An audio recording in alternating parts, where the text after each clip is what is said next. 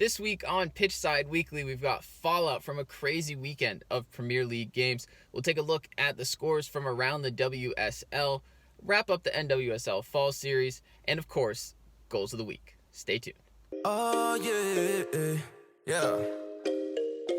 I'm not the type of brother to play with. See a lot of people acting like all ball players sounding like haters. We the young kings of this generation, What's up, y'all? Welcome back. Pitchside with Parker. Lovely Monday morning. I hope you all had a good weekend. And we're back for another Pitchside Weekly video. And a new thing I'm starting today, we're going to start doing in every video a question of the day. So my question for today is, after Virgil van Dijk's injury, who is your title favorite in the Premier League? So let me know that down in the comments. And before we get started, of course, subscribe if you're new around here. Lots and lots of soccer content, and the videos keep coming every single week. It's regular content, it's good content, so you should subscribe.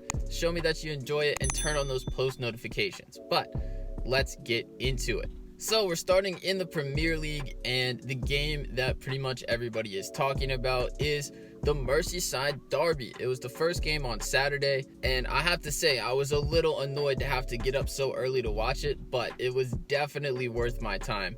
I can't even imagine what the West Coast folks were going through for that one. But ended 2-2. I will say, as far as the result is concerned, Liverpool got absolutely robbed. Pickford should have gotten a red card at the beginning of the game for his challenge on Van Dijk. I don't care if Van Dijk was offside. I don't care what they say about VAR. That should be given as a red card, and VAR should be able to allow that. And then the goal at the end as well, I mean, I didn't see on the replay how that could have really been offside, but you know, I've given my thoughts on VAR in other videos before, so I don't really need to rehash that. But Liverpool definitely got robbed, and we can get that out of the way front and center. But in the end, it's a really good result for Everton. I mean, a draw against Liverpool, the way that this derby has gone for them in recent seasons, you know, just getting a draw was a huge result for them. And especially the way that the top of the table is shaking out this year. I mean, Everton at this point have to feel that they're going to be serious title contenders. In order to win a title, you have to have a bagsman of a striker. That is just a simple fact of the game. And guess what? Everton have it. Dominic Calvert Lewin is literally the best striker on the planet right now. It's actually crazy. It's funny, this morning somebody commented on one of my tweets and was saying that his friend was trying to tell him that Calvert Lewin is better than Aubameyang. And obviously I think that that's taking it a little bit far. But if you're looking at this season, I mean, he's got a point, you know, like there is not literally one striker out there who's had a better season so far than Dominic Calvert Lewin. He's scored for England. He's banging in goals for Everton. He's scored in cup games for them as well. I think he's already got 2 or 3 different hat tricks this season. I mean, the dude is on fire. You can tell that Duncan Ferguson is having a huge influence on him, because just look at the header he scored against Liverpool. I mean, he was elevated so high in the sky, and the defenders had no chance. And it is interesting that they gave up 2-headed goals, Liverpool, after Van Dijk came out of the game. I do wonder, you know, if he was in there, if either of those goals would have gone down the same way. But the Calvert-Lewin one, I don't think anybody's touching him on that one. I mean, you'd have to be the size of Manute Bol to be able to, you know, get up and jump above him on that goal. So what a goal from him. He's in crazy form, and I've really enjoyed watching him play. And I just think it's cool, especially when players, you know, you can see the development in them and they get to kind of have their moment. And that was the case for him getting his England call-up recently as well. So, you know, shout out to him. And he's got Everton looking like a real threat for the title. And that's where I'll shift to now, is that, you know, if we start looking at the table, this was obviously the biggest game early in the season for Everton. To get through it and get a point, I think, is a good result for them. It seemed early on like Liverpool were going to be the title favorites again, but without Van Dijk, I mean, that's why this was the question of the day. I just don't think you can say that anymore about Liverpool. He is such a crucial presence to them, and it's not just about what he does on the field, you know, it's the leadership as well. And he's one of those players that his greatness rubs off on other players. And not only that, but it rubs off on the opponents as well. People are afraid to take him on. It's hard to score on a set piece when he's on the field. One of the underrated aspects of his game, I think, as well, that they're really going to miss is his passing. Liverpool's system, some people like to try to make it out like they play beautiful football. The reality is that they do a lot of Route 1 football. It's Sam Allardyce with a little bit of extra spice, really, if we're being honest about it. It's boot the ball up the field and get as many crosses into the box as possible. And one reason that works for them is they have guys like Van Dijk at the back, and Trent is obviously a big part of this as well, where they can play the long diagonal balls to Mohamed Salah and Sadio Mane, and that's where the attack kind of gets started. So I think they'll miss that a lot as well, and I just don't think you can really say that they're the title favorites anymore. So as we take a quick look at the table, where does that leave us? Because Everton are currently top of the table. Aston Villa, who had an impressive win yesterday against Leicester City, honestly, they've looked like one of the best teams. They've already beaten Liverpool, who were at full strength in that game, and now they beat another top team in Leicester. They've had 3 shutouts in 4 games. They still haven't lost. They've got the best goalkeeper in the league with Emi Martinez. Yeah, Jack Grealish is on one. Ollie Watkins looking like a great signing. Ross Barkley has fit in great. They look dominant. So you've got Everton and Villa ahead of Liverpool already. And obviously you can't count out Manchester City. And honestly, at this point, Arsenal is looking pretty good as well. Yes, they've lost to Manchester City and Liverpool, but you don't look at the schedule at the beginning of the season and say, okay, Manchester City and Liverpool away, we're going to win those games. You just don't. So I could honestly see Arsenal, if the season continues to be all topsy-turvy and Liverpool and City aren't good, Arsenal could be in that conversation as well. So yeah, it's really interesting when you look at the table, and I think that this is going to be a huge blow for Liverpool. It was a despicable challenge from Jordan Pickford. People were really mad about the Richarlison one, but to me, this one was way worse. I do honestly feel for Liverpool fans, and I feel for neutrals like myself as well, because I loved watching Van Dijk.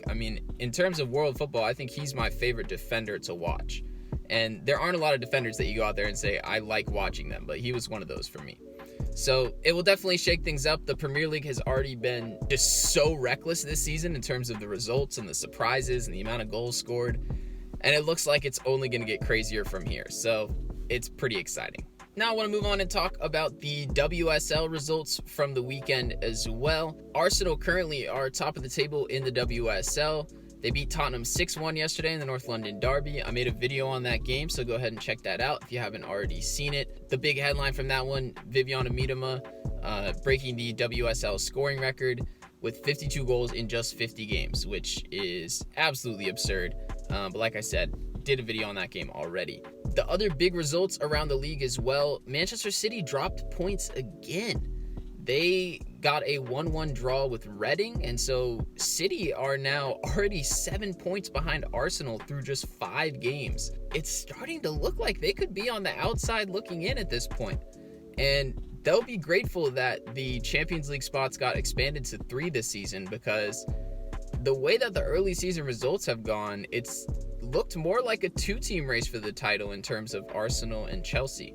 And then the other teams that have been towards the top of the table early in the season with some really good form have been Everton and Manchester United. Manchester United beat West Ham 4-2, and Christen and Tobin Heath both got their first goals for United. And man, if they start clicking with Manchester United, I really think that they could be a challenger this season, definitely for a Champions League spot, if not for the title as well. I think at this point, Arsenal are still perfect. Chelsea have only dropped points once, and that was to Manchester United. But if we see a case of a few of the top teams taking points off of each other, I think that Manchester United could be in with a shout. And like I said, they've already drawn with Chelsea this season, which you look at it and you say that's one of the toughest games on the schedule. And their next game will be against Arsenal after the international break. So I'm really looking forward to that one. Arsenal have shown some signs of concern for me. They haven't had to play the Chelseas, the Manchester Cities, the Manchester Uniteds just yet. And the times that they have matched up with those teams in cup games this season, they've just looked off the pace, and they've looked slightly a level below those teams. They lost to Chelsea in the Conti Cup, and they lost to Manchester City in the FA Cup. And even if you think back to, their Champions League exit to PSG, I think in all those games, they just did not look like the same level of team as their opponents. I do worry about them in big games. So, like I said, I think that Manchester United Arsenal fixture that's coming up will be a huge one in terms of, how much of a contender are these two teams? And if one team is able to win that game and get the full 3 points, I think that'll be a huge statement for either one. And then staying on the note of women's soccer, the NWSL Fall Series wrapped up this weekend. I think there was a mixed amount of interest from people in these games. I know for me personally, I really enjoyed the games that I got to watch. Unfortunately, I work on the weekends in the afternoon and in the evening where some of the game slots were, so I did miss a lot of the games, but the ones that I watched were really good. And this weekend, it kind of ended off with a bang with Orlando Pride against NC Courage. The game ended 3-3. Courage was up 3-0 at halftime, and then Orlando scored 3 in the second half. Shout out to Marissa Vigiano. You already know Northwestern Wildcats. We have to rep that. She scored the first goal for Orlando Pride, and then they ended up getting the equalizer in stoppage time. It was a nice moment for Orlando. Obviously, they missed out on the Challenge Cup, so it was cool to see them. You could see how much it meant to them just to have that performance in their final game, what they knew would be their last game of 2020.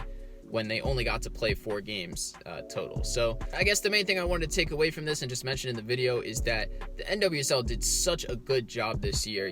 When you look at how some of the other leagues around the world and especially in America are going right now, it makes it even more impressive that there really weren't too many scares with COVID during the NWSL's games this season. They were the first league to come back with the Challenge Cup. The bubble was executed great. Obviously, Orlando couldn't go, but even the way that they handled that was good.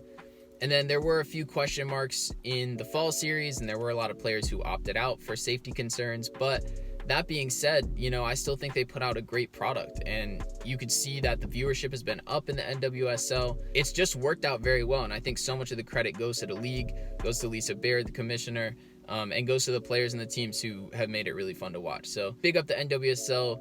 It's going to be sad to not have games to watch for a little bit, but the offseason should be really interesting. It's a cramped offseason. There's going to be an expansion draft, going to be new teams in the league. Teams have to decide who they're going to protect from the draft and all that. So there's definitely going to be more news to come, and if you're an NWSL fan, plenty more to talk about. So we'll wrap things up with goals of the week. As always, you already know we got to stay till the end and throw in some nice goals that I saw this weekend. And the first one I'm going to put in there is Viviana Miedema. I mean, look, this was maybe not the best goal that I saw all weekend, but her first goal against Tottenham was a nice little 1-2 with Van de Donk. The pass from Van de Donk was incredible as well. And then Miedema finishing it off, and I thought this was just such a perfect way for her to get the record because it was a goal on her, quote, weaker foot. And she just made it look so easy. She made it look so simple. And that was a crazy goal to score, actually, from that angle, keeping it on the ground with your weak foot. Very difficult finish, but it just exemplifies her very well how easy she makes a goal like that look. And the second goal we'll go for, look, Spurs did a Spurs this weekend, but it would not have been possible without the heroics of Manuel Lanzini. What a cracker of a volley at the end of that game to seal the full comeback. It ended 3-3 after Tottenham was up 3-0 with like 8 minutes left in the game. Oh man. I mean, he knew it was the last kick of the game. They all knew it was the last kick of the game. And when it pops out to you at the top of the box, you gotta do it. And he did it with aplomb. What a finish. The technique was actually crazy on that because he had a defender rushing out at him. He didn't have a lot of the goal to aim for, and he hits it sliced half volley to the back post. Lloris actually almost made a crazy save, but he had enough on it to put it in the net. And when you rip that shirt off and you go run into the corner, you know it was a banger. And it really was. And it sunk Tottenham, so it made it all that much better. But yes, that capped off a great weekend of soccer. Happy to talk about it here on Pitchside Weekly. If you enjoyed this video, leave a thumbs up. Again, be sure to subscribe if you're new and turn on the post notifications. And shout out to everybody who's new around here, man. If you're one of those people who's sticking out to the end of the video and you're hearing this, I really appreciate you. Thank you for the support, and of course, keep it coming. That's all for this one. I'll catch you in the next video. Peace.